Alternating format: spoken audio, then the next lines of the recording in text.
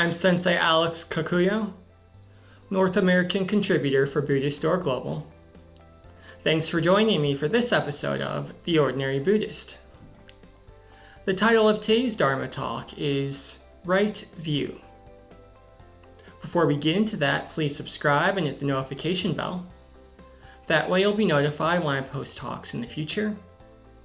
If you wouldn't mind hitting the like button, that'd be great too.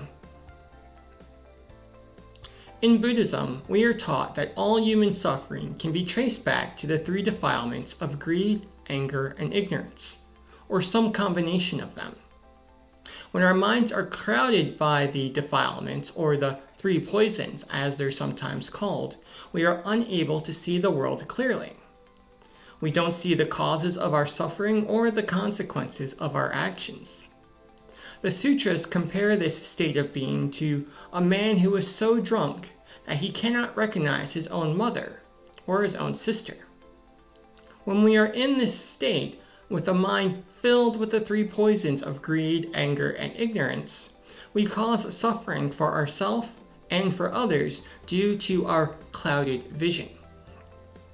The cure for this state of affairs is the Noble Eightfold Path, and the first tenet of the Noble Eightfold Path is right view.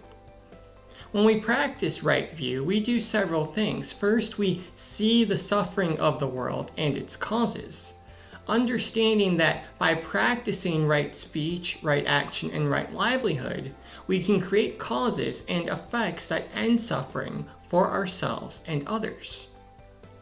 We also see and understand that by removing the defilements of greed, anger, and ignorance from our minds, we also enable ourselves to realize enlightenment and make life better for ourselves and others.